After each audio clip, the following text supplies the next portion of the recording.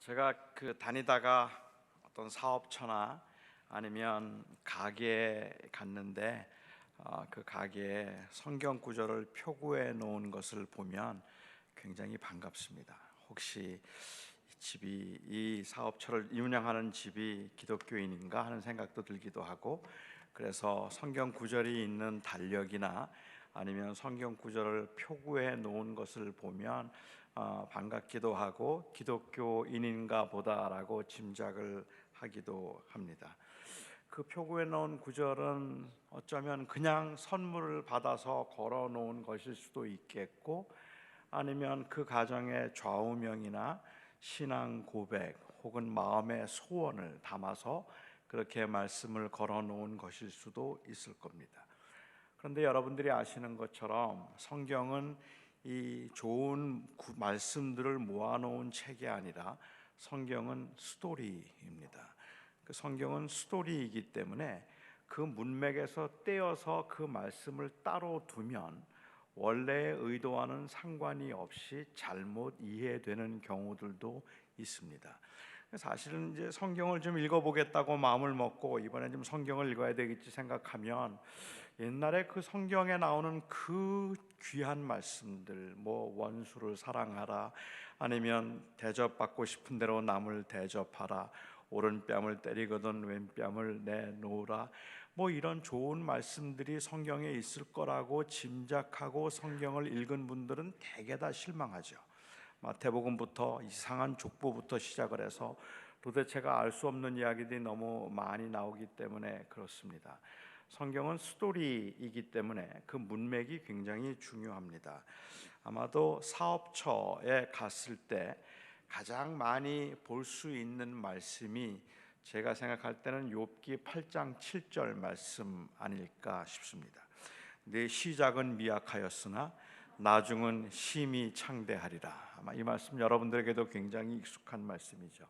참 위로가 되는 말씀이고 좋은 말씀이라서 믿지 않는 분들도 이 말씀은 참 좋아할 만한 그런 말씀입니다. 사실 그 해석적 적용의 다양성을 생각하면 그런 말씀들을 그렇게 표구에 놓아서 걸어 놓은 것이 틀렸다든지 아니면 그건 잘못된 것이라고 말할 수는 없을 겁니다. 하지만 그렇기는 하지만 내 시작은 미약하였으나 나중은 심히 창대하리라는 이 말씀은 하나님이 하신 말씀이 아닌 것은 분명합니다. 이 내 시작은 미약하였으나 나중은 심히 창대하리라는 말씀은 하나님의 약속도 아니었고 하나님이 하셨던 말씀도 아니었고 욥이 했던 말도 아닙니다. 이 말은 욥의 친구였던 빌닷이라고 하는 사람이 기복신학적인 근거에서 그 배경에서 한 말이었습니다. 욥의 친구들은 욥이 고난당하고 있다는 소식을 듣고 찾아왔어요. 그리고 욥의 그 처참한 모습을 보고 너무 불쌍했습니다. 일주일 동안 먼 곳에서 그들이 죄를 무릅쓰고 욥을 위해서 기도를 하죠. 그렇게 기도를 하고 욥을 위해서 금식을 하고 난 다음에 그 다음에 욥을 만나서 이야기를 하는데, 그렇게 불쌍히 여기는 마음이 있기는 했지만 그럼에도 불구하고 욥의 친구들은 당시 유대인들이 가지고 있던 이 응징신학적 배경을 벗어나기는 어려웠습니다. 그러니까 그 당시 응징신학적 입장에서 보면 고난을 당하는 사람들은 다 죄 때문이에요. 누군가 고난을 당하고 있다면 죄를 지었기 때문에 그런 것이고 하나님 앞에 크게 잘못했기 때문에 하나님을 진노하게 해서 고난을 당하게 되고 병을 얻게 되고 그리고 환난을 당하게 된다고 그 당시 사람들은 생각했죠. 하나님이 사랑하는 사람들은 다 형통하게 하시는데 하나님이 저주하시거나 하나님의 벌을 받은 사람들은 다 고난과 어려움을 당하게 될 것이라고 그 당시 사람들은 그렇게 생각하고 있었던 것입니다. 그렇기 때문에 욥을 찾아와서 안타까워하면서도 욥이 회개하고 돌아오면 하나님께서 다시 그를 회복시켜 주실 것이라는 의미에서 내 시작은 미약하였으나 나중은 심히 창대하리라고 말을 한 겁니다. 그러니까 내 시작은 미약하였으나 나중은 심히 창대하리라는 말은 내가 하나님 앞에 범죄했으니까 그 그 범죄한 것을 하나님 앞에 회개하고 돌아오면 하나님께서 다시 회복시켜 주리라고 이야기를 하고 있는 겁니다. 하지만 욥의 경우는 그게 너무 억울했어요.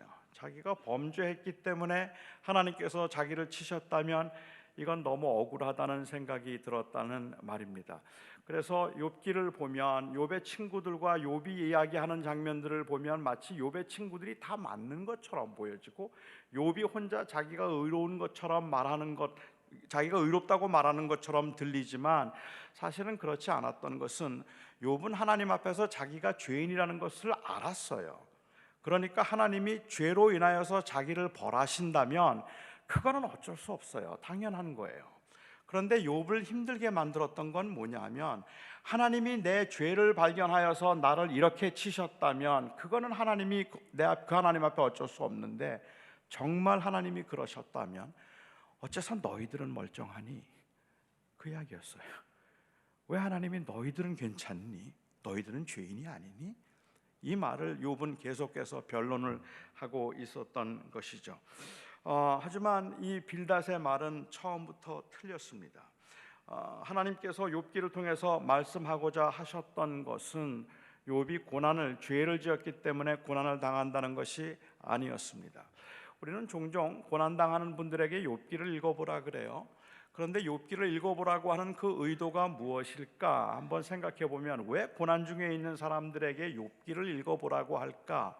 만일 고난 중에 있는 분들에게 욥기를 읽어보라고 하는 이유가 고난 가운데 있으면서도 욥이 불평하거나 원망하지 않고 오히려 하나님 앞에 그냥 그 고난을 잘 감수하고 감사함으로 인내했다는 것을 말하기 위해서라면, 그렇다면 욥기를 읽어보라고 말씀하지 마시고 욥기 2장까지만 읽어봐라 이렇게 말씀하시는 게 맞을 겁니다. 욥기 3장부터 욥은 출생을 저주하고 그리고 그 고난 가운데 굉장히 힘들어하는 모습을 보기 때문에 그렇습니다. 욥기의 주제는 고난을 당해도 불평하거나 원망하지 말라는 게 아닙니다. 제가 이해하는 바 욥기의 주제는 의인도 고난을 받는다는 것입니다. 의인도 이 땅에 사는 동안에 고난을 당할 수 있다는 것과 하나님의 어떤 계획과 섭리에 의해서 고난을 당할 수 있다는 것과 그 고난 중에 있으면서 욥은 하나님의 임재를 정말로 사무치게 그리워합니다. 그러니까 욥이 고난을 당하면서 정말 힘들고 어렵기는 했지만 욥이 알고 싶었던 건 하나님 지금 이 순간에도 저와 함께 하십니까? 그거예요. 하나님 지금 이 순간에도 하나님은 저와 함께 하시고 내가 이 고난당하는 것 주님 아십니까? 주님 보고 계십니까? 우리는 사실 고난도 힘들기는 하지만 그 고난 가운데 견디기가 힘든 이유 중에 하나가 있다면 그 고난의 의미가 무엇일까를 모를 때라고 저는 생각해요. 그래서 정말로 하나님 이 고난 가운데도 하나님이 함께 하시는가를 묻고 있었고 38장에서 하나님께서 친히 욥에게 나타나심으로 욥은 그 고난 가운데서 하나님이 함께 하신다는 것을 경험할 수 있었습니다. 그러니까 욥기의 주제는 고난 중에 있더라도 하나님은 그와 함께 하신다는 것과 그리고 의인도 고난을 당할 수 있다는 것을 말하고 있는 것이죠. 그러니까 이 빌닷은 기복적이고 응징신학적인 전제에서 회개를 하면 큰 복을 받게 될 것이라는 의미로 나중에 지금은 처음 시작은 미약하였으나 나중은 심히 창대하게 될 것이라고 말한 겁니다. 저는 이 말이 하나님이 하신 말씀이 아니라 빌닷이 기복적인 전제에서 한 말인 것을 교회가 알면서도 이러한 해석에 교회가 관대했던 이유가 혹 이 세상에서 잘되고 형통하고 성공하고 싶다는 욕망에 합리화는 아닐까라는 생각도 해보았습니다. 아무튼 내 시작은 미약하였으나 나중은 심히 창대하리라는 말씀은 위로가 되는 말씀이고 힘이 되는 말씀인 것은 틀림없는 사실이니까요. 사업처나 가정에서 볼 수 있는 성경 구절 중에 또 아주 쉽게 볼 수 있는 말씀 중에 하나가 있다면 아마도 빌립보서 4장 13절 말씀이 아닐까 생각을 합니다. 내게 능력 주시는 자 안에서 내가 모든 것을 할 수 있느니라. 이 말씀도 참 좋은 말씀입니다. 위로가 되는 말씀이죠. 내게 능력 주시는 자 안에서 내가 모든 것을 할 수 있느니라. 하지만 제가 이해하기에는 이 말씀에도 오해가 너무 많다고 생각합니다.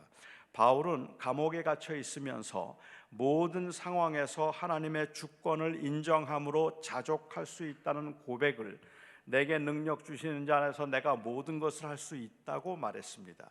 그러니까 바울이 했던 그 고백의 의미는 사실은 그가 지금 감옥에 있기는 하지만 그럼에도 불구하고 내가 비천에 처할 줄도 알고 풍부에 처할 줄도 알고 배고픔과 배부름의 일체의 비결을 배웠으니 나는 능력 주시는 자 안에서 내가 모든 것을 할 수 있다.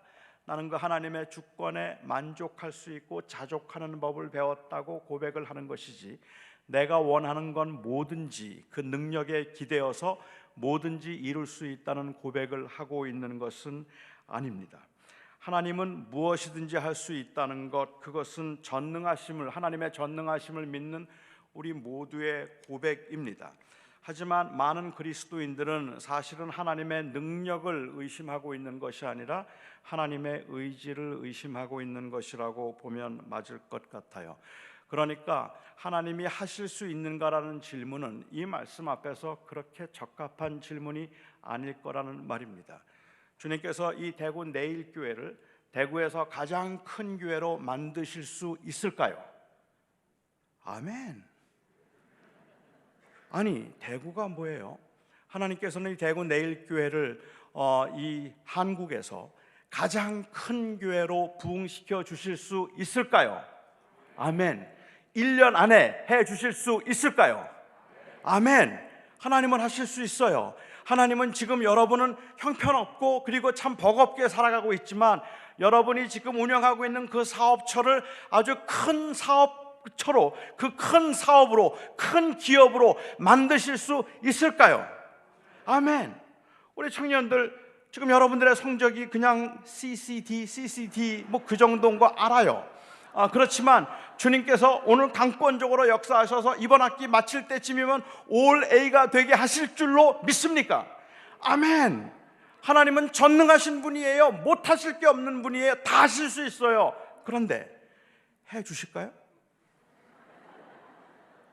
그걸 모르겠어요. 그렇죠. 하나님이 하실 수 있다는 건 아는데 과연 하나님이 해 주실까? 그러니까 하나님의 의지에 우리는 의문이 있다는 말입니다. 따라서 내게 능력 주시는 자 안에서 내가 모든 것을 할 수 있다는 이 말의 의미가, 하나님은 전능하신 분이니까 그 전능하신 하나님에 기대어서 내가 원하는 건 다 이룰 수 있어 라고 이해를 하고 있다면 그건 잘못된 거라는 말입니다. 바울은 지금 그런 의도에서 그 말을 하고 있는 것이 아니라 내게 주어진 모든 상황에서 저는 그렇게 하나님을 주권으로 자족할 수 있다는 말이죠. 여러분이 자족에 대해서 좀 생각을 해보아도 바울이 말하고 있는 자족은 언제나 주어진 상황이나 상태에 대한 만족을 의미하지 않습니다. 우리는 우리에게 주어진 상태에 만족하기가 쉽지 않아요. 아니요, 사실은 그 상태에 만족하는 것은 자칫 태만일 수도 있다고 생각합니다. 여러분, 지금 현재 여러분들의 상태에 만족하십니까? 여러분들 수입 그 정도면 되겠습니까? 하나님이 조금 더 주시면 굉장히 화날 것 같으세요? 그냥 하나님 요 정도면 되고 저는 만족하오니 더 이상 주지 마옵소서. 우리 청년들의 성적 지금 만족해요? 지금이 딱 좋사오니 주님 그냥 이래대로만 졸업할 수 있게 해주십시오, 이렇게 생각하는 청년들 있습니까? 별로 없을걸요? 늘 아쉽죠. 여러분들의 건강은 어떻습니까? 조금만 더, 뭐 큰 욕심도 아니고 조금만 더 건강했으면 좋겠다는 마음이 있지 않나요? 그 마음은 전혀 문제가 되지 않아요. 사실은 그게 우리의 발전을 일으키는 것입니다. 바울이 말하는 건 내가 지금 감옥에 있으면서 너무너무 좋아서, 이 감옥이 너무 편안해서 제발 하나님이 여기서 나 내보내지 않았으면 좋겠다는 말을 하고 있는 게 아니란 말입니다. 그는 그 상태에 만족하고 있는 것이 아니라 하나님의 주권에 만족하는 게 자족입니다. 그러니까 하나님께서 내 인생을 주관하고 계시다면 내가 비록 가난해도, 내가 비록 부해도, 내가 비록 고난 가운데 있다 할지라도 그것이 하나님의 주권 가운데 하나님의 뜻이라면 나는 만족할 수 있다. 나는 자족한다는 그 말이죠. 그러니까 결국은 내가 원하는 것을 하나님의 능력으로 이룰 수 있다는 말과 하나님의 원하심이 내 삶을 통해서 이루어지기를 원한다고 이해하는 것은 아주 다른 겁니다. 바울이 내게 능력 주시는 자 안에서 내가 모든 것을 할 수 있다는 그 고백은 하나님의 능력에 기대어서 내가 원하는 건 다 이룰 수 있다는 뜻이 아닙니다. 오히려 그 말은 내가 그 하나님의 능력에, 하나님의 주권에 의지하여서 나는 모든 상황에서 주의 인도하심에 만족할 수 있다는 그러한 고백을 하고 있는 것이기 때문에 이 말씀을 문맥에서 떼어서 보면 이렇게 자칫 잘못 해석할 가능성이 많아진다는 말이죠. 저희 집에는 이렇게 표구된 성경 구절들이 하나도 없습니다. 말씀을 그렇게 사용하면 안 된다는 저의 신학적인 신념 때문에 그런 게 아니라 아무도 선물을 안 해줘서, 그래서 저희 집에는 이 표구된 성경 구절들이 하나도 없습니다. 그런데 만일 제가 저희 집을 하나님의 말씀으로 리데코레이트를 한다면 어떤 말씀이 좋을까? 어떤 말씀이 좋을까요? 어떤 말씀을 가지고 제가 저희 집을 다시 한번 새롭게 디자인을 하고 그 말씀들을 걸어 놓을까? 우선 저는 저의 그 이 침실에 제가 눈을 딱 떴을 때 볼 수 있는 그 벽에는 저는 시편 127편 2절 말씀을 거기에 걸어 놓을 것 같아요. 여호와께서 그 사랑하는 자에게 잠을 주시는도다. 이 말씀 너무 좋잖아요. 저는 아침에 일어날 때마다 그 말씀을 보고 잠자리에 들 때마다 그 말씀을 보면서 잠을 즐길 수 있는, 여호와께서 사랑하는 자에게 잠을 주신다는 말씀을 제가 마주보는 벽에 붙여놓고, 제 아내가 눈을 떴을 때 보이는 쪽으로 벽에는 잠언 24장 33절 말씀이 좋을 것 같아요. 내가 좀 더 졸자, 좀 더 눕자 하면 빈궁이 도적같이 임하리라. 그래서 제 아내는 늘 그 말씀을 묵상하면서 항상 깨어 있도록 하고, 저는 여호와께서 사랑하는 자에게 단잠을 주신다는 말씀으로 늘 저는 잠을 즐길 것 같아요. 식당에는 어떤 말씀을 걸어 놓을까요? 제가 마주보는 벽에는 디모데전서 4장 3절 말씀이 좋아요. 모든 음식은 하나님이 주신 바니 감사함으로 받으면 버릴 게 없느니라. 너무 좋잖아요. 그래서 모든 음식은 하나님이 주신 것이다. 그러니 감사함으로 잘 먹자, 이 말씀을 붙여놓고, 제 아내가 마주보는 벽에는 마태복음 4장 4절이 딱 좋습니다. 사람이 떡으로만 살 것이 아니요 하나님의 입으로 나오는 말씀으로 살 것이니라. 이 말씀을 제 아내는 늘 묵상하도록 하는 거죠. 저희 아이들의 방에는 잠언 13장 1절이 좋습니다. 지혜로운 아들은 아비의 훈계를 듣느니라. 그 말씀을 제 아들은 늘 묵상하도록 하고, 화장실에는 빌립보서 3장 8절 말씀이 괜찮습니다. 내가 그를 위하여 모든 것을 잃어버리고 배설물로 여김은 그리스도를 얻기 위함이라. 그래서 화장실에서 늘 그리스도를 얻기 위하여 내가 모든 것을 배설물로 여긴다는 걸 묵상할 수 있으면 괜찮을 것 같아요. 그렇다면 주방엔 어떤 말씀이 좋을까요? 주방에 제가 여러 교회를 다녀보았는데, 옛날에, 지금은 그렇게 확인을 못했지만 옛날에 제가 그 교회를 다니다 보면 주방에 제일 많이 걸려있는 말씀이 누가복음 16장 10절 말씀이었습니다. 혹시 내일 교회도 그 말씀이 없기를 바랍니다. 누가복음 16장 10절 말씀이었어요. 지극히 작은 것에 불의한 자는 큰 것에도 불의하고, 지극히 작은 것에 충성된 자는 큰 것에도 충성되니라. 이 말씀이 주방에 많이 붙어 있었습니다. 지극히 작은 것에 불의한 자는 큰 것에도 불의하고, 지극히 작은 것에 충성된 자는 큰 것에도 충성되리라는 이 말씀이 왜 주방에 많이 붙어 있었을까요? 왜 주방에 많이 붙어 있었을까?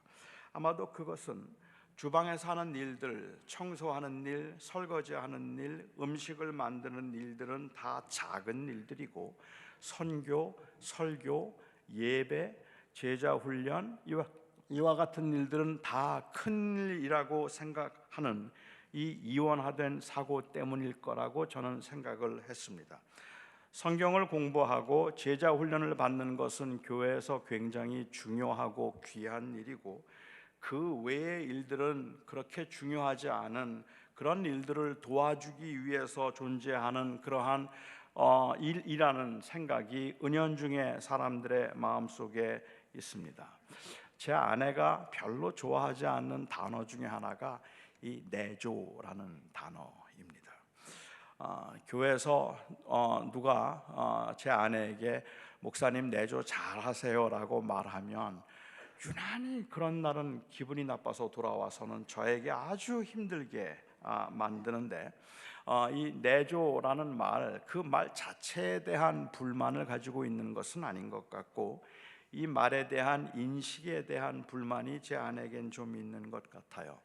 그러니까 그 내조라는 말 속에 담겨 있는 그 가치관을 보면 저는 목사로서 설교와 선교라는 아주 중요한 하나님의 막중한 일을 하고 있는데, 이 막중한 하나님의 귀한 사역을 잘 감당할 수 있도록 하기 위해서 사소하고 하찮은 일에 신경을 쓰지 않도록 해주는 것이 내조라고 생각하는 거죠.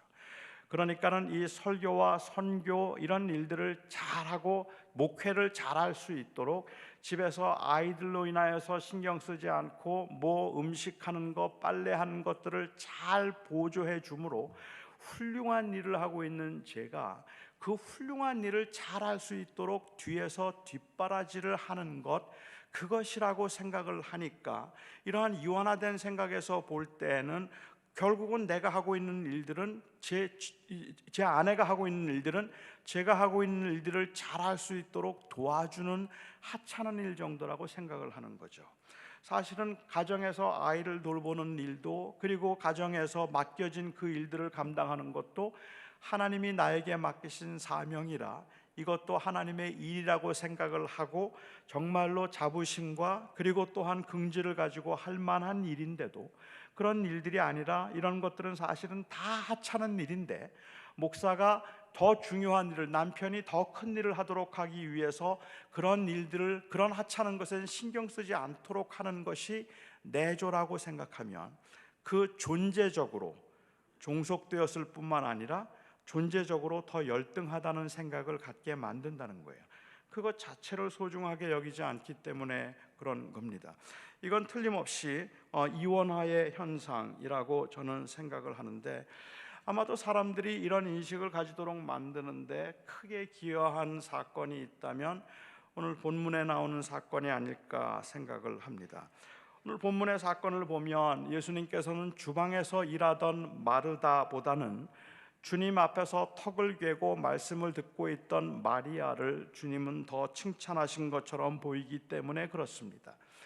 마르다는 많은 일로 분주했지만 몇 가지만 혹은 한 가지만이라도 족하다는 책망 비슷한 말씀을 들었고, 마리아는 좋은 것을 취하였으니 빼앗기지 아니하리라는 말씀을 하셨습니다. 그렇다면 이 마리아가 취한 좋은 것, 빼앗기지 아니할 그 좋은 것은 도대체 뭘까요? 말씀을 듣는 것. 말씀을 듣는 것이 주방에서 일하는 것보다 더 좋은 것이기 때문에 마리아는 이것을 절대로 빼앗기지 아니하리라고 주님께서 말씀을 하신 걸까요? 저는 주님께서 이 사건을 통해서 말씀을 듣는 것 혹은 종교적인 것과 그리고 그 외의 일반적인 것을 구분하는 이원화를 권장하셨다고 생각하지는 않습니다. 이 말씀을 좀 이해하기 위해서는 사실은 이 말씀 이전에 나오는 선한 사마리아 사람의 비유를 살펴볼 필요가 있을 것 같아요. 물론 이 선한 사마리아 사람의 비유와 그리고 이 마르다와 마리아의 이야기는 전혀 상관이 없는 두 개의 별개의 사건이 우연히 두 개가 나란히 기록되었다고 말할 수도 있겠지만, 제가 생각하기에는 이 두 사건이 나란히 기록된 것은 어떤 절묘한 균형을 이루기 위해서가 아닐까라는 생각이 들기도 한다는 말이죠. 한 율법학자가 예수님을 찾아왔습니다. 그리고 예수님에게 예수님 어떻게 하면 영생을 얻을 수 있습니까? 라고 질문을 했습니다. 사실은 그는 그 답을 미리 알고 있었기 때문에 구도적인 자세로 어떻게 하면 영생을 얻을 수 있는가를 알고 싶어서 질문한 것이 아니라 예수님을 시험하기 위해서 이 질문을 했다고 했습니다. 그런데 이 율법자가 예수님을 시험한 것은 예수님이 어떻게 하면 영생을 얻는지 아는가 모르는가를 시험한 게 아닌 것 같아요. 오히려 율법학자가 예수님을 시험했던 것은 예수님이 답을 아는가를 시험한 것이 아니라 자기가 의인이라는 것을 예수님이 아시는가를 시험해 본 것 같아요. 내가 구원받을 수 있는 의로운 자라는 것을 예수님은 아시나? 이것을 시험해 보고 싶어서 예수님에게 어떻게 하면 영생을 얻을 수 있습니까? 물었습니다. 그가 예수님을 시험하는 것을 아셨기 때문에 주님께서는 어떻게 너는 이해하고 있는가? 라고 물었어요. 그리고 그는 서슴지 않고 대답합니다. 하나님을 내 마음과 뜻과 정성을 다해서 사랑하고 이웃을 내 몸과 같이 사랑하면 됩니다 했어요. 그리고 주님께서 말씀하시기를 내 말이 옳도다, 가서 그대로 행하라 라고 말씀하셨습니다. 이 평소 주님 같지 않은 대답이죠. 평소 주님 같으면 요한복음을 본다면 어떻게 하면 영생을 얻을 수 있습니까? 라고 말하면 주님이 아마 대답하실 때 나로 말미암지 않고는 안 될 거다. 거듭나지 아니하고는, 물과 성령으로 거듭나지 아니하고는 아무도 구원을 받을 수 없다, 이렇게 말씀을 하셨을 것 같은데, 마음을 다하고 뜻을 다해서 하나님을 사랑하고 이웃을 내 몸과 같이 사랑하라고 그렇게 대답을 하니까 내가 만일 그렇게 생각하고 있다면 그대로 한번 해보라, 내가 옳으니 가서 하라라고 말했습니다. 그러자 그가 예수님 앞에 질문을 합니다. 그러면 누가 우리의 이웃입니까? 라고 물었습니다. 아마도 그는 하나님은 마음을 다해서 사랑하는데 누가 우리의 이웃인가, 이웃에 대한 확신이 없었기 때문일까요? 아니, 그거보다는 이웃을 사랑함에도 자기가 구원을 받을 만하다는 걸 보여주기 위해서였는지도 모르겠습니다. 누가 우리의 이웃입니까? 라고 그렇게 묻습니다. 그 질문에 주님께서는 선한 사마리아 사람의 비유를 말씀해 주셨습니다. 그런데 이 선한 사마리아 사람의 비유를 말씀하시고 주님께서 하셨던 그 말미에 하신 주님의 질문이 제가 생각할 때는 굉장히 예리하고 정교하다는 생각을 좀 해보았습니다.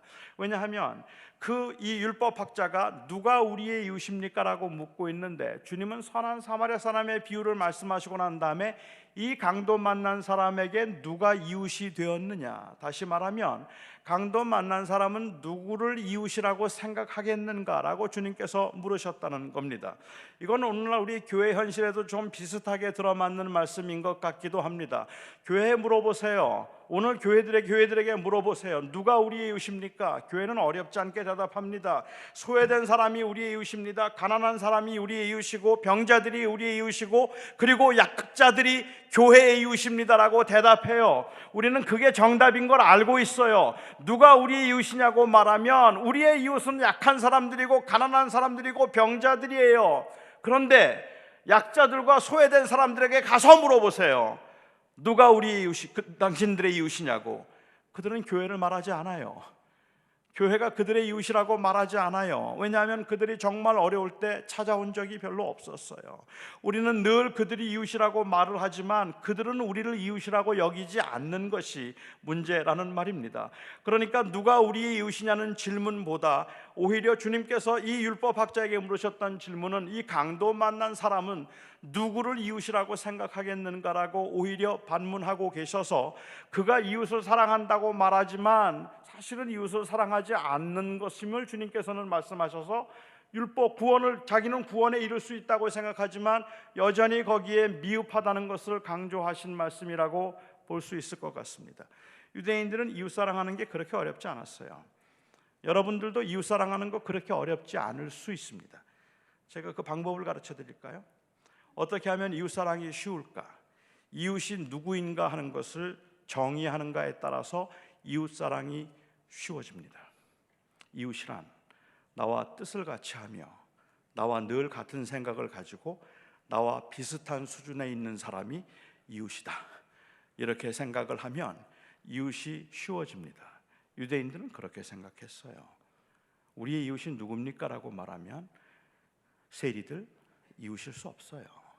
창기들 이웃 아니에요. 죄인들, 이방인들, 그들 다 이웃이 아니기 때문에 사랑해야 될 의무가 없어요. 그들에게 이웃은 하나님을 잘 섬기는 자기들과 같은 경건한 유대인들만이 우리의 이웃이라고 생각하고 있었던 거죠. 그래서 우리는 이웃 사랑하는 게 문제가 없는 거죠. 교회에서 교인들만 사랑하라 그러면 그거 별 문제 없을걸요. 할 수도 있을걸요. 물론 교인들 사랑하는 것도 쉬운 일은 아니지만 할 수도 있을걸요. 하지만 우리와 마음이 맞지 않는 사람들, 뜻을 같이 하지 않는 사람들, 생각이 다른 사람들, 사상적으로 이념이 다른 사람들을 우리의 이웃이라고 부를 수 있을까? 이건 굉장한 도전이라는 말입니다. 그들은 과연 우리를 이웃이라고 하겠는가? 이 질문이었죠. 아무튼 이 선한 사마리 사람의 비유를 보면 한 사람이 예루살렘과 여리고로 가는 그 길 사이에서 강도를 만나서 거반 죽게 되었습니다. 본문은 강도 만난 사람이 누구인지를 정확하게 밝히지 않고 있어요. 주님의 의도를 생각해 볼 때는 이 강도 만난 사람이 유대인이라고 말하는 게 조금 더 맞을 것 같아요.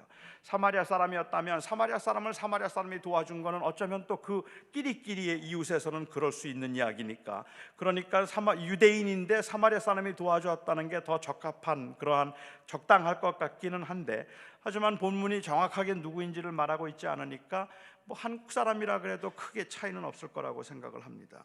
예수님은 이 비유를 예루살렘에서 여리고로 내려가는 길에 발생한 일로 설정을 하셨습니다. 약 한 25km 정도 떨어져 있는 예루살렘과 여리고 사이의 길, 여리고라고 하는 곳에는 특별히 제사장들과 레위인들이 많이 모여 살던 곳입니다. 그 제사장과 레위인들이 많이 모여 살고 있었는데, 예루살렘에서 여리고로 내려가던 길에 제사장과 레위인이 강도 만난 사람을 보았다면 내려가는 길이라는 말은 이미 예배를 마치고 난 다음입니다. 그러니까는 이들은 종교적인 의무를 다한 사람들입니다. 즉 하나님을 사랑하는 그 일을 다한 사람들이에요. 마음을 다해서 예배하고, 그리고 어쩌면 너무 그 예배하느라고 고달프고 피곤했기 때문에 그 피곤한 몸을 이끌고 여리고로 집으로 내려가던 길에 강도 만난 사람을 보게 되었다는 말입니다. 거반 죽게 되었어요. 저는 이 사람을 보면서 그들이 불쌍히 여기는 마음이 없었다고 생각되지 않습니다. 불쌍히 여기는 마음이 있었지만 도와줄 수 없었습니다. 너무 피곤했기 때문일 수도 있어요. 아니면 너무 무서워서일 수도 있을 겁니다. 여러 가지 다른 이유가 있었을 것 같은데, 주님께서 이 비유를 말씀하시면서 특별히 그냥 일반 유대인들이나 일반인들이 아니라 제사장과 레위인을 설정해서 말씀하셨다는 이것은 아마도 주님의 말씀의 의도 속에는 바로 이 종교적인 이유가 포함되어 있는 것 같다는 거란 말입니다.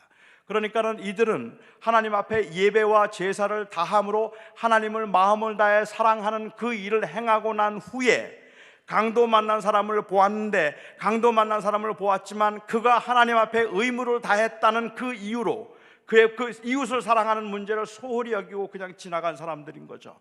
하나님만 사랑하면 되는 거예요. 마음을 다해서 하나님을 섬기고 하나님 앞에 예배했으면 그 강도 만난 사람이 죽게 되었든 어렵든 간에 그를 도와주지 않아도 하나님 앞에 하나님의 사람으로서의 의무와 책임은 다했다고 생각할 수도 있겠다는 말입니다. 그러니까 이들이 종교적인 의무를 다했지만 이웃을 사랑하는 일에 소홀했던 사람들입니다.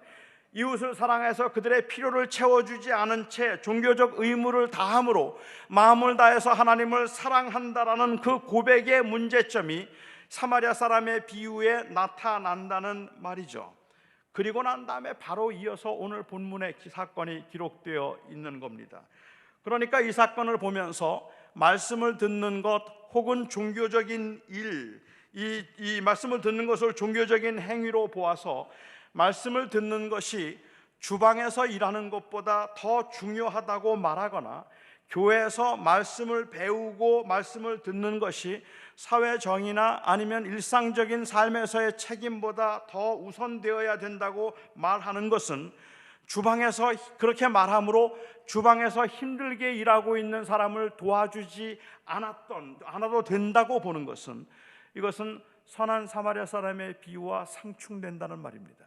적어도 선한 사마리아 사람의 비유를 제가 말씀드린 대로 이해할 수 있다면, 그렇다면 그 하나님께 예배를 다했기 때문에 강도 만난 사람을 도와주지 않았던 그 일이나, 예수님의 말씀을 듣기 위해서 주방에서 힘들게 일하고 있는 그 자기의 이 언니를 도와주지 않는 것은 비슷한 상황이 된다는 말이죠. 그래서 저는 이 두 개가 균형을 이루도록 주님이 말씀하신 건 아닐 거라는 생각을 할 수 있습니다. 누가는 그냥 한 마을이라고 했지만 요한복음에 보면 이 마을은 베다니를 가리킵니다. 주님께서는 명절에 예루살렘에 오실 때마다 예루살렘에서 한 2km 정도 떨어져 있었던 이 베단이라고 하는 마을에 자주 들르셨습니다. 대체로 가난한 사람들이 많이 모여 살았던 마을이라고 하는데, 주님께서 그 마을에 자주 들르셨던 이유 중에 하나는 거기에 주님이 사랑하던 사람들이 있었기 때문입니다. 요한이 증언하는 것처럼 나사로, 그리고 이 마르다와 마리아를 주님께서는 많이 사랑하셨던 것 같아요. 그래서 거기에 자주 갔습니다. 한글 성경에서는 마르다를 언니라고 번역을 했어요. 그런데 사실은 마르다가 언니인지 아니면 마리아가 언니인지는 정확하게 모릅니다. 원어상으로는 그냥 sister라고 되어 있기 때문에 자매라고 되어 있어서 누가 더 언니인지 모릅니다. 그런데 우리가 아는 것처럼 한글 문화에서는 그냥 두 자매가 있어서 이렇게 이야기하면 그 관계 설정이 너무 애매해져요. 우리는 만나면 언제나 일단은 나이를 물어보아서 누가 언니인지 확인하고 그 다음부터 이야기가 편해져요. 그러니까 누가 더 나이가 많은지 누가 더 나이가 적은지 그거를 빨리 알아야 제가 대하는 태도가 달라진다는 말입니다. 나보다 나이가 좀 어리다 싶으면 그러면 그냥 동생처럼 대해주면 되는데, 그런데 나이를 짐작할 수 없을 때는 도대체 영 불편하기 이를 데 없는 거죠. 저처럼 이렇게 워낙에 이 얼굴이 동안이라서 남들이 보기에는 그냥 한 40대 뭐 이렇게 보일 수 있는 이 나이니까, 그러니까는 자칫 사람들에게 무시를 당할까봐 저는 사람만 만나면 제가 63살이라고 말해요. 미리 말을 해요. 그러니까 이제 그렇게 이야기를 해서 이 상하 관계를 확인하려고 하는 이런 일들이 우리 문화에서는 뭐 어렵지 않게 있는 일이라고 볼 수 있겠는데, 아마도 그래서일까요? 한글 성경에서는 누가 언니인지를 모르는데도 마르다를 언니라고 번역을 했습니다. 아마도 이 잔치를 전체를 주도했던 사람이 마르다였기 때문에 언니였다고 말한 것 같기도 해요. 저는 마르다가 언니였다고 전제하고, 그리고 예수님께서 이번 명절에도 그 베다니 마르다의 집에 오신다는 것을 이 자매가 알고 있었다고 전제하고 한번 스토리를 각색해 보았습니다. 마르다와 마리아가 예수님이 이번 명절에 주님 오신다는 소식을 들었습니다. 너무 마음이 설레이고 너무 기뻤습니다. 주님을 사모하고 흠모했기 때문에 주님이 오신다는 이야기를 듣고 너무 마음이 설렜어요. 둘이 서로 의논을 하기 시작했을 겁니다. 이번에 주님 오시는데 주님 오시면 뭐 해드릴까? 주님 뭐 해드리면 주님이 기뻐하실까? 지난번에 오셨을 때 보니까 탕수육 좋아하시더라. 이번에 주님 오셨을 때는 탕수육에 팔보채 어때? 그거 주님 좋아하실 것 같지? 아 그래, 그거 정말 좋겠다. 그렇게 생각하다가 한 자매가 말해요. 그런데 지난번에 우리가 탕수육 해드렸으니까 이번에 오셨을 때는 갈비냉면 어때? 오, 갈비냉면 좋겠다. 정말 주님 갈비냉면 좋아하실 것 같아. 우리 갈비냉면 해드리자. 서로 박수를 치면서 갈비냉면을 해드리기로 마음을 모았어요. 한 자매가 또 이야기를 해요. 그런데 갈비냉면은 조금 너무 약하지 않나? 그래도 냉면에는 빈대떡이지. 우리 주님 오셨을 때 녹두빈대떡도 하나 해드리면 주님이 너무 좋아하실 것 같지 않니? 아 그래 맞아 언니, 그리고 그것도 하자. 녹두빈대떡도 하기로 했어요. 그리고 또 말해요. 녹두빈대떡 하는 김에 만두 어때? 만두. 아 그래도 역시 냉면에는 만두죠. 아 만두도 좋겠네.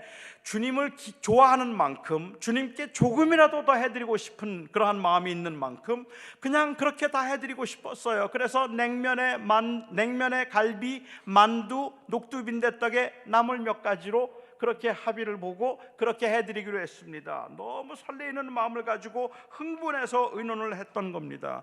그런데 여러분, 주님을 초청하는 일은 그렇게 쉬운 일이 아닙니다. 주님을 초청하면 기본으로 따라오는 남자가 12입니다.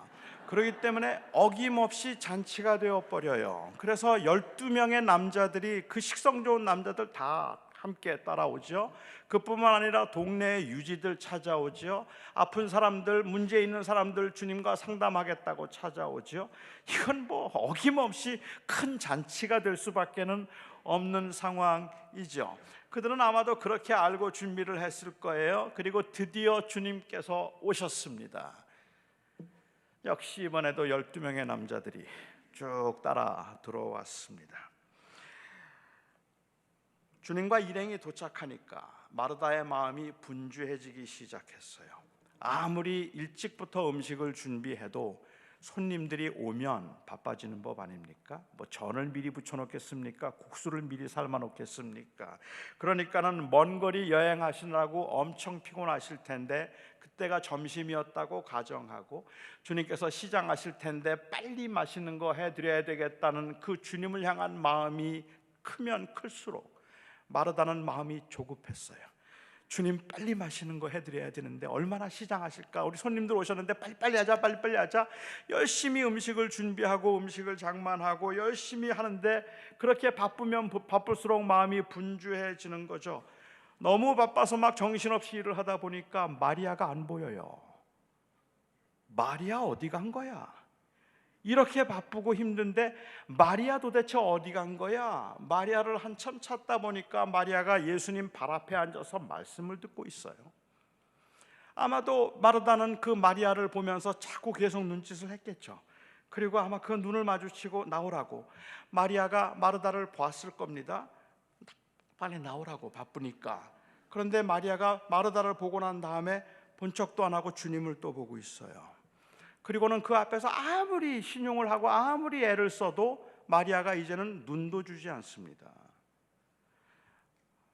마르다가 화가 났어요. 이럴 때는 마리아에게도 화가 나지만 그 마리아를 내보내지 않는 주님에게도 화가 나는 법이죠. 그래서 주님을 찾아와서 주님 앞에 따졌습니다.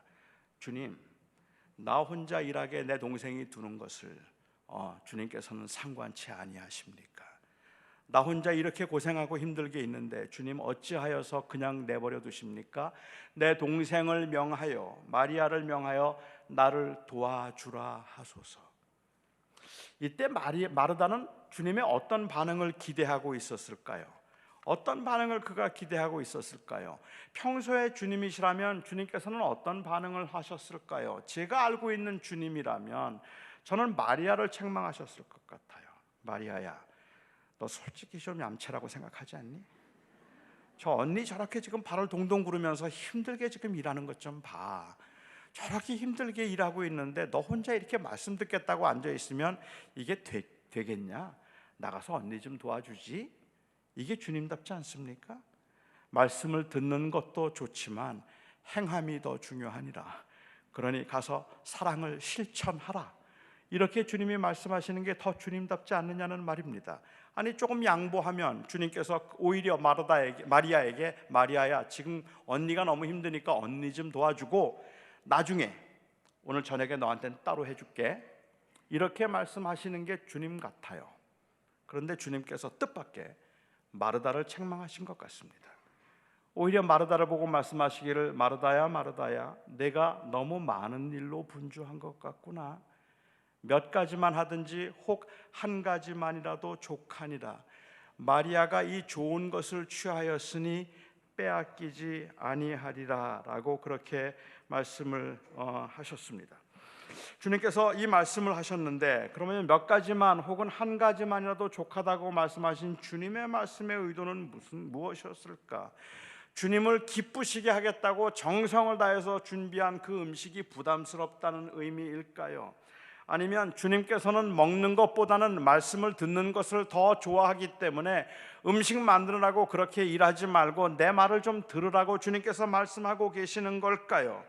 그래서 마리아가 취한 좋은 것이 말씀을 듣는 것이었다면, 그리고 마르다가 주님의 말씀을 그렇게 이해했다면 그날 주님 점심 못 드셨어요. 마르다도 그래요 주님, 그러면 저도 말씀 듣지요. 앞치마 걷어두고 주님 앞에 가서 말씀 듣지 않겠습니까? 그런데 마르다는 그렇게 이해하지는 않았던 것 같아요. 주님이 말씀하신 의도가 그런 의미가 아니었다는 것을 마르다가 알았던 것 같습니다. 주님께서 마지막 유월절을 보내기 위해서 예루살렘에 가셨을 때 마지막으로 베다니에 한 번 더 들르십니다. 그때 베다니에 가셨을 때는 마르다의 집에서 식사를 하지 않으시고 나 환자였던 시몬의 집에서 식사를 하셨습니다. 그렇게 나 환자의 집 시몬의 집에서 식사를 하실 때 여러분, 그때 마리아가 뭐 하는지 아십니까? 마리아는요, 혁명적인 여자입니다. 어떤 분들은 생각하기를 마리아는 말씀을 듣고 차분하게, 그리고 묵상적이고 이 여성스럽다. 제가 여성스럽다는 말에 조금 여러분들이 오해하지 말고 들어주시기를 바라고, 여성은 이래야 된다는 어떤 스테레오타입을 말하고 있는 것은 아닙니다. 그냥 일반적인 그 생각에 의해서 왠지 마리아는 조금 더 조용하고 차분하고 그렇게 이 명상적인 여인이었고, 마르다는 굉장히 분주하고 바쁘고 그리고 활동적인 여인이었던 것처럼 그렇게 생각을 하잖아요. 제가 보기엔 정반대예요. 마리아는 혁명적인 여자입니다. 그 당시에 마리아를 보면 마리아는 정말 엄청난 여인입니다. 제가 보기엔 그렇습니다. 예수님께서 식사를 하실 때 마리아는 그 남자들이 있는 곳에서 주님의 말씀을 마리아가 듣고 있었습니다. 그 당시 문화에서 남자들이 모여 있는 곳에 여자가 들어가서 같이 있는 것은 허락되지 않았습니다. 그러니까는 그 허락되지 않은 곳에, 남자들만 있는 곳에 여자 혼자 말씀을 듣겠다고 들어간 것도 가히 혁명이고, 그렇게 들어와 있는 그 여인을 아무 말도 하지 않고 받아주시고 말씀을 계속 하시는 예수님도 참으로 혁명적이고, 그렇게 예수님 앞에서 말씀을 듣고 있지만 그것을 가지고 문제를 삼지 않고 있는 제자들도 이미 상당히 많이 깨진 상황입니다. 아마 거기에 바리새인들이 있었다면 어찌 여자가 감히 말씀을 듣는 곳에 와 있느냐고 책망했을 법한 일입니다. 그러니까는 다른 일반 여인들은 하지 않는 일을 마리아는 지금 하고 있는 거예요. 그 주님 앞에서 말씀을 듣는 일을 하고 있었다는 말입니다. 그날 시몬, 이 나환자였던 시몬의 집에서 주님께서 제자들과 함께 식사를 주님께서 방에 앉아 계실 때 마리아 뭐 하는지 아십니까? 그날 마리아는 향유를 들고 들어왔어요. 그리고 그 남자들 사이에 남자들이 있는 곳에 들어오셔서 주님께서는 요한복음 12장을 보면 그 주님께서는 들어오셔서 이 마리아는 들어와서 향유 병을 깨뜨리고 향유로 주님의 발에 붓습니다. 그리고 난 다음에 머리를 풀었어요. 머리털로 주님의 발을 씻겼습니다. 그 당시 문화에서 여인이 퍼블릭 앞에서, 많은 사람들 앞에서 머리를 푸는 것은 창기의 행위입니다. 이것은 금지된 행위이고, 이것은 이 사람들에게 지탄을 받을 수 있는 하지 않는 일입니다.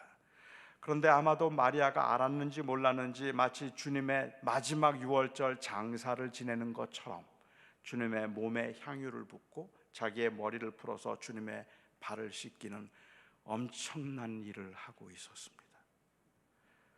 그때 마르다는 뭐 하고 있었을까요? 요한복음 12장에 보면 그때 마르다는 일을 하고 있었는데 라고 기록합니다. 여기 일을 했다는 말은 일부 학자들이 주장하는 것처럼 주방에서 일을 하고 있었던 것, 여전히 주방에서 그는 일을 하고 있었습니다. 도대체 마르다는 배움이라는 걸 모르는 여인입니까? 순종이라는 걸 모르는 여인입니까? 그만큼 망신당했으면 이제 주님 발 앞에서 말씀을 들어야지 또 주방에 들어가 있어요. 또 주방에서 그 일을 하고 있어요. 지금 마리아는 주님 앞에서 이런 엄청난 일들을 하고 있는데 마르다는 여전히 주방에서 그 일을 하고 있어요. 주님의 말씀을 어떻게 들었길래 주님께서 그렇게 말씀하셨는데도 또 여전히 주방에 가 있는가 말입니다. 저는 마르다가 주님의 말씀을 그렇게 이해하지 않았다고 생각합니다. 여러분, 그 사건이 딱 연관이 되어 있는 건 아니지만 제가 보면서 느낄 수 있는 것은 마르다가 달라진 게 뭔지 아세요? 마리아가 뭘 하든지 상관하지 않아요. 이제는 마리아가 뭘 하는가가 그리 중요하지 않아요. 내게 주어진 곳에서 내가 주를 기쁘게 하기 위해서 하고 있는 그 일이 이제는 기쁨이 되는 거예요. 그래서 오히려 그것 때문에 주님을 여전히 그것 때문에 마리아가 뭘 하고 있는가에 의해서 마음이 상하지 않는다는 말입니다. 마리아가 택한 좋은 일은 주님의 말씀을 듣고 있는 것이 아닙니다. 마르다는 주님을 기쁘시게 하겠다고 여러 음식을 장만하느라고 분주했는데 그게 잘못됐다는 게 아닙니다. 마르다의 문제는 그 분주함으로 인하여서 주님을 놓친 거예요. 그 분주함으로 인하여서 주님을 바라보고 시작했던 일인데 이제는 눈앞에 주님은 안 보이고 마리아만 보이는 거예요. 왜 마리아는 나를 도와주지 않는 거야? 내가 이렇게 바쁘고 힘든데 마리아는 뭐 하고 있는 거야?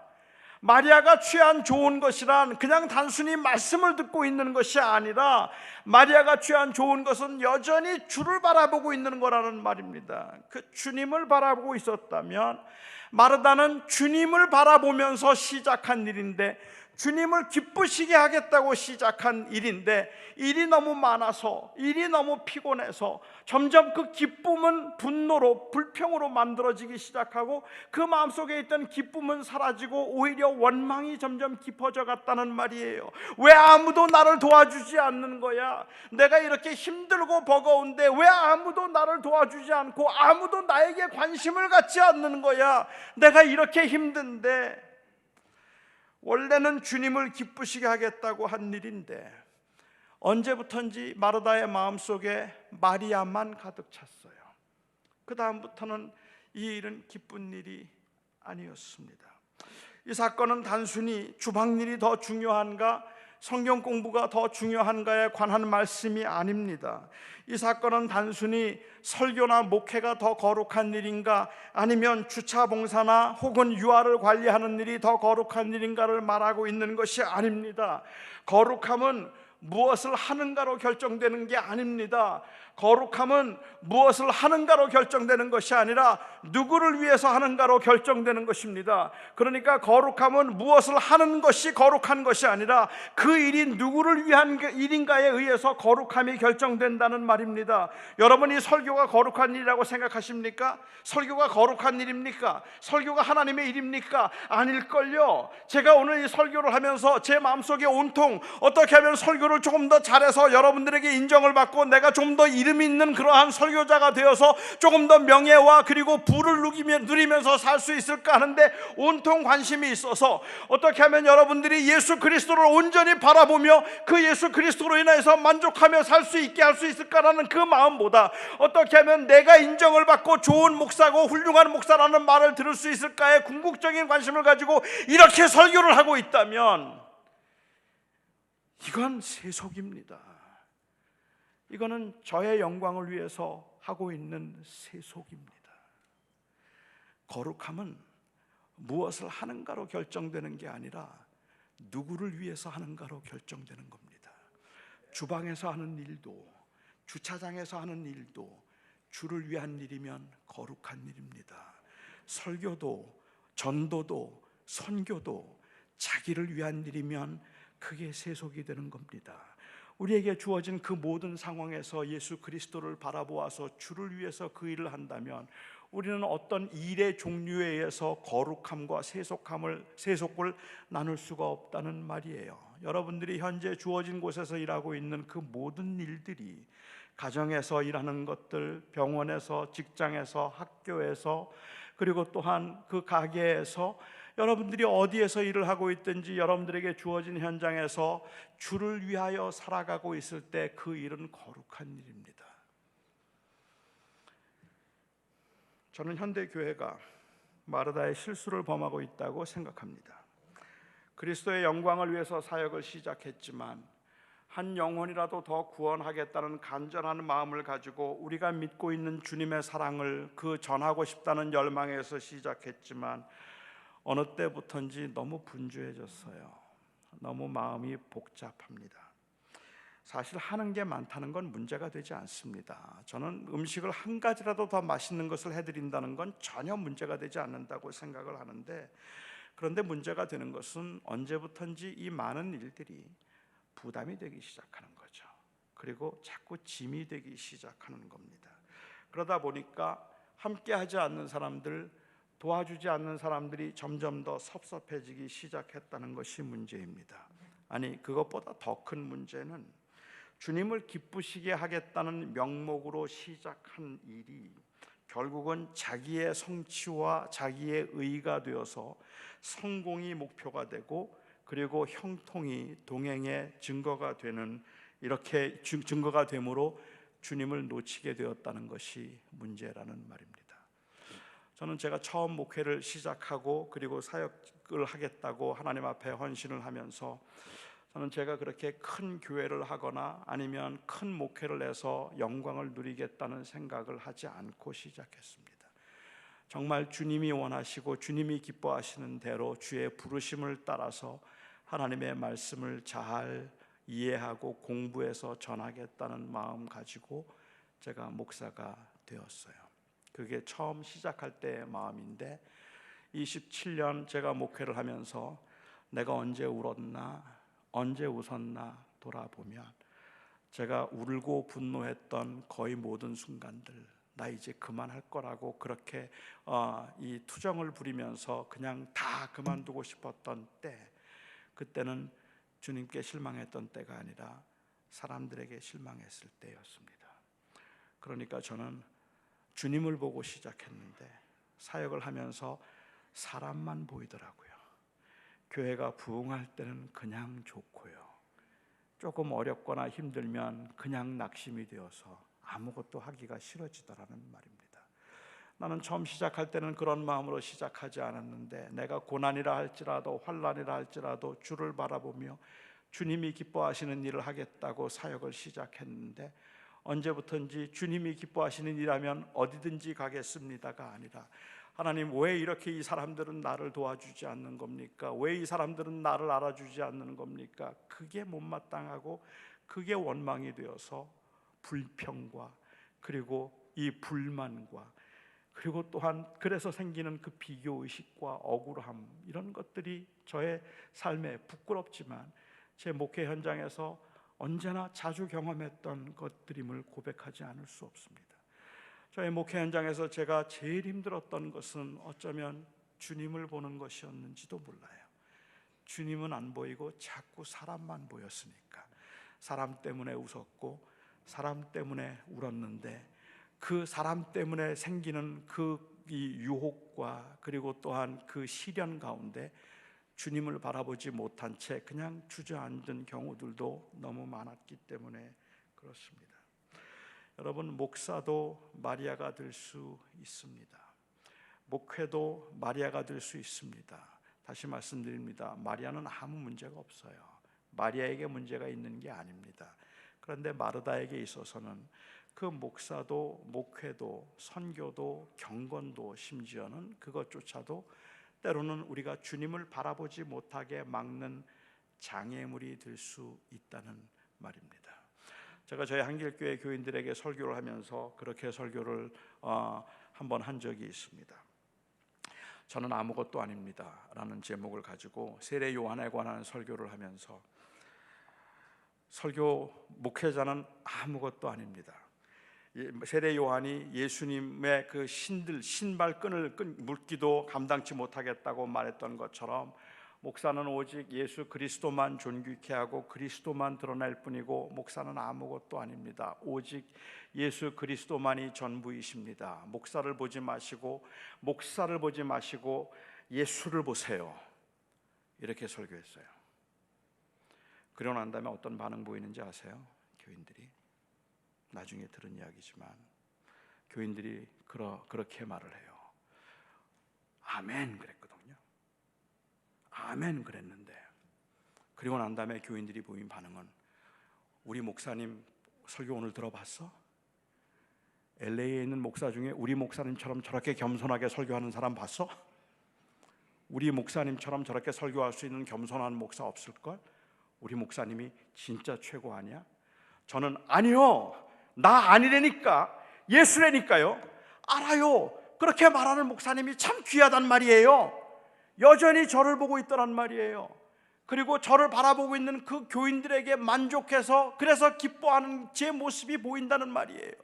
우리가 정말로 바라보게 하는 건 예수여야 하는데 어떤 누구도 예수 그리스도를 바라보는 시선을 가려서는 안 되는 거란 말입니다. 우리가 이곳에 있으면서 정말로 예수 그리스도만 바라볼 수 있어야 되고, 그리스도만이 나의 주님이시라는 고백이 있어야 되는 건데, 성경 공부를 하든 설교를 하든 주방에서 일을 하든 주차 봉사를 하든 무엇을 하든지 결국은 내 인생의 주인은 예수이십니다라는 그 고백이 살아있어서 그 그리스도를 바라보아야 되는데 자꾸 사람이 보여요. 이게 우리에게는 엄청난 유혹인 거죠. 어느 한 외로운 할머니가 말벗이 필요했답니다. 그래서 애완용 동물을 파는 가게에 가서 앵무새를 한 마리 샀어요. 앵무새를 사면서 주인에게 거듭 확인을 했습니다. 제가 지금 외로워서 말벗이 필요해서 앵무새를 사는 겁니다. 이 앵무새 말 잘해야 합니다. 앵무새 말 잘하죠? 주인이 말합니다. 그럼요. 말을 너무 많이 해서 탈이죠. 그래서 그 앵무새를 사가지고 갔어요. 다음날 할머니가 가게를 찾아오셨어요. 앵무새가 말을 안 해요. 그렇습니까? 죄송합니다. 혹시 새장 안에 거울 있나요? 거울 없는데요. 새들은 거울에 비치는 자기의 모습을 보면서 그러면서 말하는 걸 좋아합니다. 거울을 하나 사가시죠. 그래서 거울을 사가지고 갔어요. 다음 날 할머니가 또 찾아오셨어요. 아직도 새가 말을 하지 않아요. 그래요. 새장 안에 혹시 그네 있나요? 그네 없는데요. 새들은 그네를 타면 기분이 좋아져서 그래서 말을 할 겁니다. 그네 하나 장만하세요. 그네를 사가지고 갔습니다. 다음날 할머니가 또 오셨어요. 아직도 말을 안 해요. 혹시 새장 안에 사다리 있나요? 사다리 없는데요. 새들은 사다리를 오르락 내리락 하다 보면 기분이 좋아져서 말을 할지도 모릅니다. 새장을 하나 사가시죠. 내키지 않았지만 새가 말하도록 하기 위해서 새장을 사가지고 갔어요. 다음날 할머니가 또 찾아오셨어요. 안색이 완전히 달라졌어요. 주인이 묻습니다. 새가 말했나요? 그러자 이 할머니가 아주 풀죽은 목소리로 대답해요. 아니요, 새가 죽었어요. 그래요. 정말 미안합니다. 그런데 새가 죽을 때까지도 정말 한마디도 안 했습니까? 죽으면서 딱 한마디 하고 죽었어요. 뭐라 그러던가요? 새가 말하기를 그 가게 먹을 건 안 팔던가요? 그 말 한마디 하고 죽었습니다. 굶어 죽었습니다. 물론 만들어낸 이야기이긴 하겠지만 이 새가 말하도록 하기 위해서 그네도 갖다 놓고 거울도 갖다 놓고 사다리도 갖다 놓았는데 먹을 걸 주는 걸 잊어버렸어요. 그래서 그 새가 굶어 죽었어요. 저는 어쩌면 오늘날 우리 교회 안에서, 이 교회들 안에서 예수님이 질식하고 계신지도 모르겠다는 생각이 들어요. 정말 많은 프로그램들이 있어요. 다양한 프로그램들, 그건 나쁘지 않습니다. 그거 다 필요한 것들이고 귀한 것들이에요. 그런데 그것들을 하느라고 예수님을 놓치고 있는 것 같다는 말입니다. 언제부턴지 주를 향한 기쁨은 사라졌고 모든 봉사와 사역은 그냥 무거운 짐처럼만 여겨지고, 저희 교회에서 한 해를 시작하면 늘 하는, 제일 많이 듣는 말이 뭔지 아세요? 아니, 우리 교회 다른 교회에서 많은 분들이 오셨는데 타 교회에서 오시는 분들이 저에게 오시면서 하셨던 말씀이 뭔지 아세요? 저 아무것도 안 할 겁니다 그래요. 저 시키면 교회 떠납니다 그래요. 저 아무것도 안 해요. 금년엔 전 아무것도 안 할 겁니다. 왜요? 사람에게 다쳤어요. 사람에게. 그 일하면서 사람들에게 마음을 상해서 마음을 꼭꼭 닫고는, 그리고는 주님을 향해서 오히려 그 마음을 열지 못하고 있는 것 같은 모습들을 보게 되는 경우들이 허다하게 많습니다. 우리는 주를 보고 일을 시작했는데 사람들을 보기 시작하면서 일을 멈추게 되는 경우들이 허다하게 많더라는 말입니다. 정말로 우리가 주님을 온전히 바라보는 주를 향한 시선을 회복하지 않으면, 그러면 우리는 주어진 것들에 너무 거기에 치여서 이런저런 일들로 너무 바쁘고 분주한 가운데 주님이 안 보이면 마르다처럼 되는 겁니다. 그 주님을 기쁘시게 하겠다고 시작했던 그 일인데 너무 이 음식을 많이 하다 보니까 바빠서 도와주는 손길이 도와주지 않는 것 때문에 주님이 원망스러워지기 시작하고 그 불평으로 바뀌는 그러한 이 모습을 우리가 보게 되는 거라는 말이죠. 어쩌면 한국 교회는 예수 그리스도에 대한 깊은 명상이 많이 없는지도 모르겠다. 주님에 관한 이야기를 많이 하기는 하는데 예수 그리스도가 우리를 위해서 무엇을 하셨는지, 그분이 나에게는 누구인지에 관한 의식도 없이 그냥 교회 생활에 너무 많이 바쁜 것 같다는 생각도 들기도 해요. 19세기에 그 미국에서 이 Second Great Awakening이 있고 난 다음에 D.L. 무디나 찰스 피니에 의해서 그러한 이 부흥 운동이 일어나고 개인 회심 운동이 일어났을 때 많은 사람들이 예수를 구주라고 영접함으로 이제 구원을 받는다는 사실이 정말 충격적으로 이 미국 사회를 흔들었던 때가 있습니다. 그런데 그런 모습을 보면서 일부 사람들은 그것을 굉장히 우려하고 그리고 염려스럽게 본 사람들이 있었어요. 그래서 그 사람들이 볼 때는 미국의 19세기 기독교가 도덕적으로 타락했다고 보았는데, 자기의 개인의 구원에만 관심을 가지고 있어서 사회 정의나 약자들에 대해서 소홀히 여겼다고 생각했던 이 소위 말하는 소셜 가스펠 무브먼트를 일으킨 사람들이 있습니다. 이 소셜 가스펠 무브먼트를 일으켰던 주역 중에 한 사람이 찰스 셸던이라는 목사입니다. 이 찰스 셸던이라고 하는 이 목사가 그 당시에 이 윤리적인 이 타락함을 애석하게 여기면서 쓴 책이 아마 우리 한국말로는 예수님이라면 어떻게 하셨을까라고 번역된 고전이죠. 영어로는 In His Steps라는 그 책인데, 예수님이라면 어떻게 하셨을까라는 그 고전적인 책을 썼습니다. 거기에 나오는 질문은 What would Jesus do? WWJD. 예수님이라면 어떻게 하셨을까? What would Jesus do? 예수님이라면 어떻게 하셨을까 하는 이 질문이 거기에 그 책에 늘 흐르고 있는 질문입니다. 그런데 최근에 미국의 복음주의에서는 우리가 예수님이라면 어떻게 하셨을까? What would Jesus do?를 말하기 이전에, WWJD를 말하기 전에 WHJD를 우리가 잊어버렸다라는 것을 지적합니다. What has Jesus done? 예수가 우리를 위해서 무엇을 하셨는가? 예수가 우리를 위해서 무엇을 하셨는가에 대한 깊은 고민과 성찰과 감동이 없이 예수님이라면 어떻게 하셨을까라는 그 윤리적 순종에 관한 이야기를 많이 강조하는 것은 사람들로 하여금 율법적으로 눌리게 만든다고 생각을 하는 거죠. 그렇기 때문에 우리에게 정말 중요한 것은 봉사를 하기 이전에도, 섬기기 이전에도 예수가 나를 위해서 무엇을 하셨는가, 예수님이 나를 위해서 무슨 일을 하셨는가, 그래서 내가 받은 은혜가 어떤 것인가에 대한 깊은 그러한 그 감동이 우리 안에 있을 때, 그것이 우리로 하여금 섬기게 만들고 순종하게 만드는 힘이 되어야 되는데, 우리는 섬기면서 자꾸 주님 놓치고 있는 거예요. 그리고 눈앞에 있는 일만 보고 있는 것 같은 그러한 모습들을 많이 보게 된다는 말입니다. 그것이 애석한 일이 아닐 수 없다는 생각을 좀 하게 되는 것 같아요. 요즘도 교회에서요, 종종 나오는 말이 내려놓음이라는 말이 한국 교회에도 화두인 것 같아요. 내려놓음 아니면 자기를 비움, 이런 이야기들인 것 같아요. 저는 그 내려놓음이 굉장히 중요하고 소중한 말이라는 것은 인정을 하지만, 그럼에도 불구하고 좀 아쉬움이 있다는 생각이 듭니다. 내려놓음은 그리스도인들이 궁극적으로 추구하는 것은 아닙니다. 그리스도인들이 궁극적으로, 교회가 추구하는 것은 내려놓음이 아니에요. 물론 너무 많이들 올라가려고 하고 취하려고 하기 때문에 그 자체가 굉장히 덕이 되는 것처럼 들려지기는 하지만, 그리스도인들이 궁극적으로 바라보는 것은 내려놓음이나 비움이 아닙니다. 내려놓음으로 이야기를 하면 제 생각에는 목사들보다는 스님들이 좀 나아요.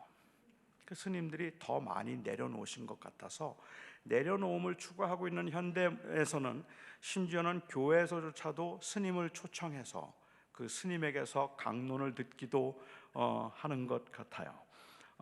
제가 좀 재밌는 경험을 했는데요.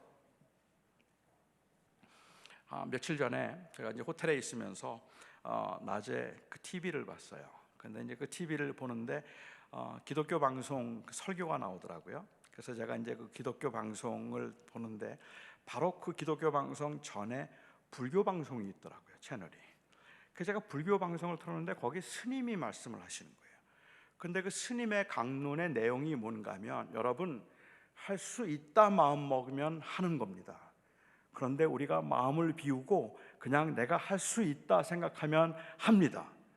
할 수 있습니다. 그 말씀을 하세요. 그래서 제가 이제 조금 계속 들을 건 아니니까 조금 듣다가 그 다음에 제가 기독교 채널을 들었는데 어느 목사님이 설교를 하시는데 똑같은 이야기를 하는 거예요. 똑같은 이야기를. 할 수 있다 하면 하는 겁니다. 그러니까 우리가 항상 긍정적인 마음을 가지세요라는 이야기를 해요. 사실은 불교에서도 스님들도 또 아니면 목사들도 긍정적인 마음에 대해서 아니면 내려놓음에 대해서 이야기를 많이 할 수 있을 것 같아요. 그런데요, 우리 교회의, 기독교의 이 궁극적인 목적은 내려놓음이 아니라 올려드림입니다. 우리의 궁극적인 목적은 비움이 아니라 채움입니다. 그러니까 내려놓음은 올려드리기 위한 수단일 뿐이지 내려놓음이 우리의 궁극적인 삶의 목적은 아니라는 말입니다. 내가 겸손하게 살아야 되는 이유가 있다면 그 이유는 오직 그리스도를 높이기 위해서예요. 이게 다른 종교 어디에서도 들을 수 없는 이야기라는 말입니다. 교회가 스님을 초청해서 강연을 들을 수 없는 이유 중에 하나는 그 스님은 예수 그리스도를 말하지 않을 것이기 때문이라는 거예요. 단순히 내려놓음을 말하라고 한다면 좋은 강연이 되겠지만, 그리고 비움을 말하라면 좋은 강연이 되겠지만, 우리는 그렇게 비움과 내려놓음을 통해서 나의 주님이 되시는 예수 그리스도를 온전히 높이며 오직 그만을 바라보기를 바랍니다라는 그 고백은 거기에서 나올 수 없기 때문에 그런 거라는 말입니다. 저와 여러분이 이 사역을 하면서, 저와 여러분이 이 땅에서 살아가면서 우리가 하고 있는 일은 오직 그리스도를 존귀케 하는 일이고, 이 그리스도를 높이고자 함이 예배의 목적이고 사역의 목적이고 교회의 존재의 목적이어야 하는 겁니다. 하나님의 아들 예수 그리스도를 우리가 존귀케 하고 그를 높이겠다는 마음으로 우리는 사역을 하고 살아가는 것이라는 말이죠. 마리아가 취한 좋은 것은 단순히 말씀을 듣고 예배에 참석하는 게 아닙니다. 그는 여전히 주님이 좋았어요. 그리고 주님이 기뻤어요. 주님을 보고 있었어요. 마르다의 문제는 너무 하는 일이 많다 보니까 마음이 분주해지면서 그만 주님을 놓쳤어요. 그렇게 주님을 놓치고 그 마음속에 불평과 원망이 생기기 시작했다는 것이 그의 문제입니다. 따라서 마리아가 취한 좋은 것은 단순히 말씀을 듣는 것이 아니라 저는 주님을 보는 것이었다라고 그렇게 결론을 내릴 수 있겠다고 생각을 합니다. 우리가 믿음으로 살자고 이야기를 하면 계속해서 주님을 바라보아야 되는데, 여러분, 주님만 바라본다는 게 정말로 어려운 일입니다. 이거는 현실적으로는 사실은 가능해 보이지도 않은 일인 것 같기는 해요. 우리 말에 손가락 두 개면 세상을 가린다는 말이 있습니다. 손가락 두 개로 어떻게 세상을 가릴까요? 손가락 두 개를 눈앞에 가까이 대면 되죠. 그렇게 클로즈업하면, 그러면 이 세상에 아무것도 안 보이고 손가락 두 개만 보입니다. 미국 사람들은 훨씬 더 자본주의적인 생각을 가져서 우리는 손가락 두 개라고 말하는데 미국 사람들은 동전 두 개라 그래요. 그래서 동전 두 개만 눈앞에 갖다 놓으면 돈밖에 아무것도 보이지 않는다라고 이야기를 하는데, 그러니까 결국은 클로즈업 되는 게 문제죠. 그런데 우리는 살아가면서 아주 사소한 일부터 시작해서 이 중요한 일까지 계속해서 무언가가 자꾸만 팝업이 되는 거예요. 살다 보면 또 어떨 때는 사람이 툭 튀어오르고, 어느 때는 갑자기 문제가 튀어오르고, 멀쩡하게 살다가 갑자기 자녀 문제가 아니면 직장 문제가 갑자기 하나씩 툭툭 튀어오르면, 그러면 앞을 가려서 아무것도 보이지 않아요. 정말로 그것밖에 안 보여요. 죽을 것 같기도 하고 너무 불안하고 두렵기 이를 데 없는 거죠. 그 문제가 튀어오르면, 믿음으로 산다는 말은 사실은 그럴 때 우리가 이걸 무시한다는 게 아니라 이것을 할 수 있는 만큼 기도와 예배와 주를 향한 묵상과 명상을 통해서 그것을 할 수 있는 만큼 끌어내리려고 애를 쓰는 거예요. 그 문제가 크기는 하지만, 여전히 거기에 있긴 하지만, 실제 문제는 커서 문제가 아니라 가까이 와 있기 때문에 문제인 거잖아요. 그러니까 그걸 조금만 더 끌어내리면 주님이 보여요. 우리는 그 주님을 보려는 몸부림을 가지고 지금은 내가 그 사람 때문에 아무것도 못하겠단 말이에요. 지금은 내가 그 인간 때문에 내가 정말 인생이 불행하다는 생각이 들 만큼이나 너무 팝밥이 돼서 클로즈업 되어 있다는 말이에요. 지금은 내 경제적인 문제가 그것 때문에 아무것도 보이지 않는 거예요. 내 직장 상사 때문에 아무것도 보이지 않는 거예요. 그게 튀어 올랐으니까 우리는 기도를 통해서 그걸 좀 끌어내려 보고 싶은 거예요. 그리고 그 너머에 주를 보고 싶은 거예요. 주님 보면 길이 보이고 주님 보면 할 일이 생겨요. 그렇기 때문에 우리는 이와 같은 집회를 통해서도 주를 보자고 말하면 이거는 그냥 언제나 주만 선명하게 보이는 게 아니라 내 앞에 주를 가로막고 있는 그 많은 장애물을 뛰어넘어서 그 너머에 있는 주를 보려는 몸부림이 우리 안에 있어야 되고 그 고백이 우리 안에 있어야 된다고 생각합니다. 여러분들의 시야를 가리는 것이 무엇인지, 지금 여러분들의 마음속에 그 기쁨을 뺏어가고 여러분들의 마음에 있던 그 열정과 헌신의 마음들을 점점 식게 만드는 것이 도대체 무엇인지 한번 살펴보시고, 여러분들이 오늘 이 밤에도 그것을 뛰어넘어서 주를 바라봅니다 라고 고백할 수 있고, 내가 주님 때문에 삽니다, 나를 위해서 십자가에 죽으시고 나를 위하여서 속량 죄사함이 되신 예수 그리스도가 내 생명입니다, 이 고백을 다시 한번 진심으로 회복할 수 있게 되기를 바랍니다. 교회가 이 고백을 회복해야 할 것입니다. 기도하죠.